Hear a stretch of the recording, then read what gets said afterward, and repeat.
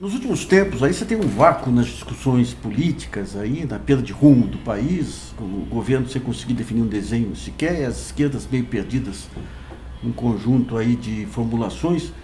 E uma das formulações, uma das pessoas que tem conseguido sintetizar bem os rumos aí do que seria um projeto alternativo é o ex-ministro e ex-governador Ciro Gomes, que é o nosso entrevistado.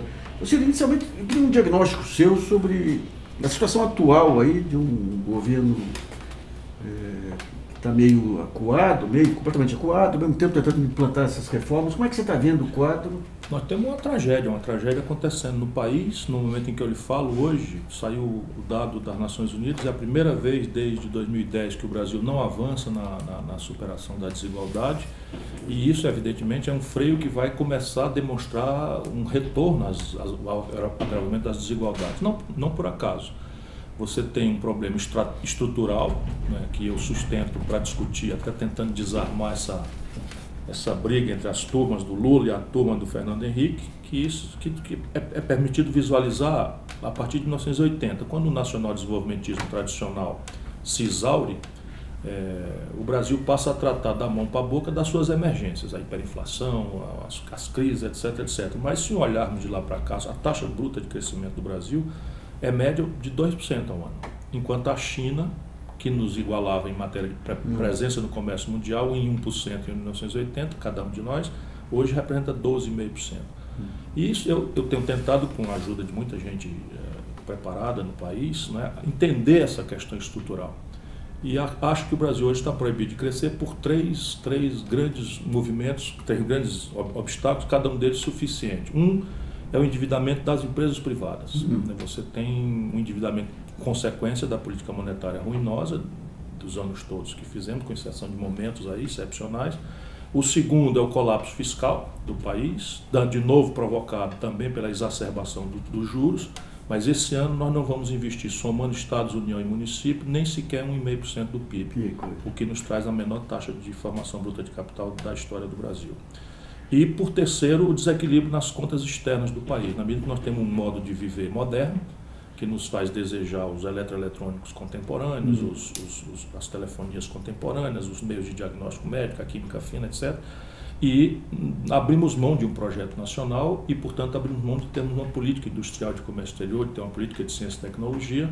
E hoje, se você segregar e o Brasil crescer qualquer coisa, o buraco nos manufaturados entre o que o Brasil industrial exporta e o que o Brasil compra industrializado dá 124 bilhões de dólares, o último apurado. Tende aí a cada vez mais grave esse número. Tudo que você coloca aí está essa questão da política monetária e do câmbio ligado. Na sua opinião, por que Lula e Dilma não ousaram enfrentar esse problema? Talvez eu seja um dos melhores testemunhos, né, pela intimidade com esse processo todo, tendo sido ministro do Itamar Franco e bem relacionado na data, porque é até filiado ao PSDB com os tucanos, e depois ministro do Lula e confrontando debates que ele agitava dentro do governo. Basicamente, lá atrás, nós tínhamos muito medo na formulação do real de que, cessado abruptamente o imposto inflacionário, nós provocássemos uma crise bancária. O Brasil era outro, completamente diferente do que é hoje. Nós tínhamos uma pulverização enorme no sistema financeiro, muitos bancos pequenos, médios, e havia ali Pedro Malan, Pécio Arida, André Lara Rezende, Gustavo Franco, enfim, todos tinham um temor muito grande. Então, ancestralmente, eu sei que foi deliberado que nós faríamos transitoriamente a taxa de juros, procurar compensar, né, a receita perdida com o ganho inflacionário dos bancos, porque isso era uma transição, se dizia. Daí vem a razão do meu rompimento na sequência. Com o Lula, nós vivemos a síndrome do acordo, que pode ser visto como genial, pode ser visto como um pragmatismo decepcionante, e só a história futura vai pacificar isso. Mas eu estava lá e vi a contradição. O Lula pressionava dramaticamente por uma redução nessa taxa de juros, mas nomeou Meirelles, esse mesmo que é o ministro da Fazenda, presidente do Banco Central, e o Palocci, o mais conservador, né, dos petistas, ministro da Fazenda, e estavam travados por essa pseudociência que é a ideia de que o Brasil vai ser administrado, a sua economia política, por um piloto automático imune à política, que seria câmbio flutuante, superávit primário e meta de inflação. Daí você dispara na prática a taxa de juros. Só que nada justifica, nada justifica. E nós vamos ver agora, o Banco Central perdeu o passo, comprometeu um ano crítico para esse projeto golpista do país, que é o ano de 17, está morto, mas vamos procurar correr atrás, derrubando 0,75, quando a inflação projetada é de 4%. Vamos pegar, aproveitar a sua experiência desde lá de trás, né? Teve um período que o PSDB ele tinha um viés reformista. Vocês do Ceará vieram lá com... Todos nós. O Fernando Henrique era o mentor intelectual de uma social-democracia tropicalizada, né? A brasileira. Onde que se perdeu aqui o caminho? Foi no pragmatismo eleitoral. A mesma tragédia se repetindo como farsa, né? Foi na tragédia eleitoral. O Fernando Henrique, para se eleger, resolveu já fazer uma aliança absolutamente pragmática com o PFL na época. Nós do Ceará tivemos um problema já nesse momento, mas não fomos só nós. Na sequência até se engoliu e tal, mas na data o mundo vivia o esmagamento ideológico da exuberância neoliberal. E o Brasil estava absolutamente liquidado, do seu ponto de vista das suas contas externas, quando o Fernando Henrique assume. Dependendo sensivelmente, dada a manipulação do câmbio, que era uma coisa transitória e virou uma política de Estado no Brasil, lá como cá, né, nós precisávamos da boa vontade, mais do que da boa vontade, da violação de todas as cartas de princípio do Fundo Monetário Internacional, e isso só se obtinha se houvesse um favorecimento generoso dos americanos, né, basicamente o Clinton. E o Fernando Henrique chafurdou nesse acordo aí, e, inclusive no primeiro momento, isso é uma coisa que eu vou contar talvez pela primeira vez aqui, no primeiro momento o Fernando Henrique, entre a eleição e a posse, forçou a mão para que o Brasil cancelasse a concorrência do sistema CIVAN e entregássemos sem licitação a Rachel, por pedido explícito do Bill Clinton na reunião da ALCA na Flórida. Boeing agora, aqui na licitação FX também. Isso, exatamente. Que coisa, teve esse pedido então? Teve, e isso está numa ata que o Itamar Franco me convocou para assinar. Que coisa. Eu tive um depoimento. Itamar voltou furibundo da reunião. Logo Itamar, que era nacionalista. Recentemente, aí, uma pessoa ligada ao MDIC, do tempo da Dilma, também contou as pressões da comitiva do Obama em cima da licitação FX, querendo a todo custo que fosse... As coisas não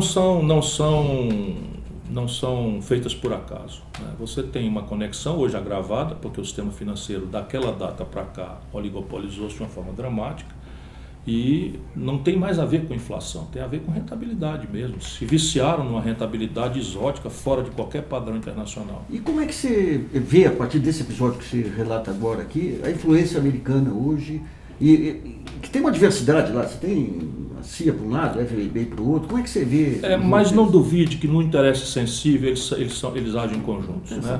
E o interesse sensível está muito explícito no discurso da Hillary Clinton na campanha. O Trump, provavelmente por ignorância, não mencionou a palavra Brasil nenhuma vez nos debates que eu acompanhei com grande interesse.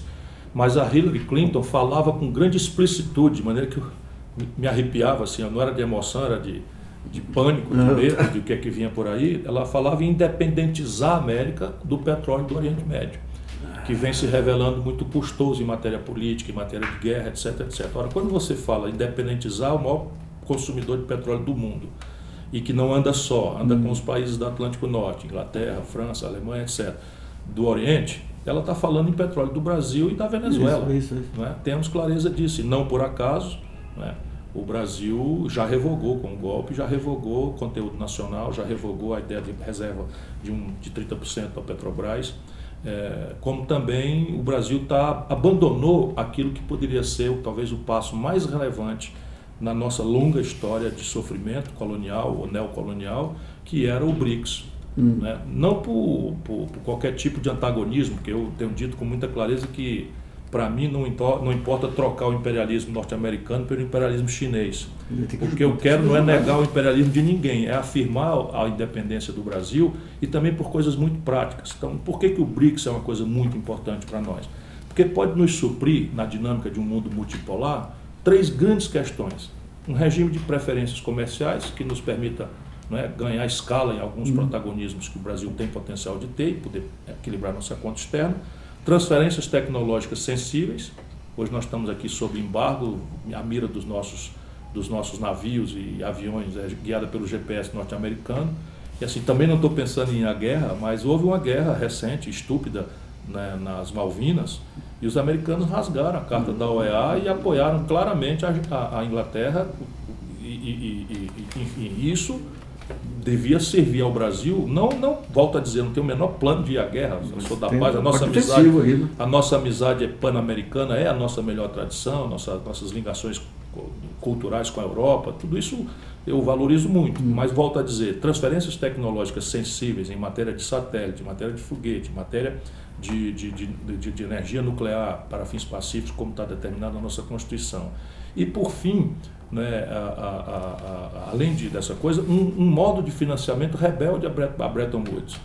Porque as pessoas talvez não estejam ligadas nisso, mas desde a Segunda Guerra Mundial, o sistema Banco Mundial, Fundo Monetário Internacional, etc., hegemonizado fortemente pelos americanos, dita as políticas, estúpidas que sejam. 30 anos depois eles já dizem que está errado, mas em 30 anos destroem, como é o caso especialmente do Brasil.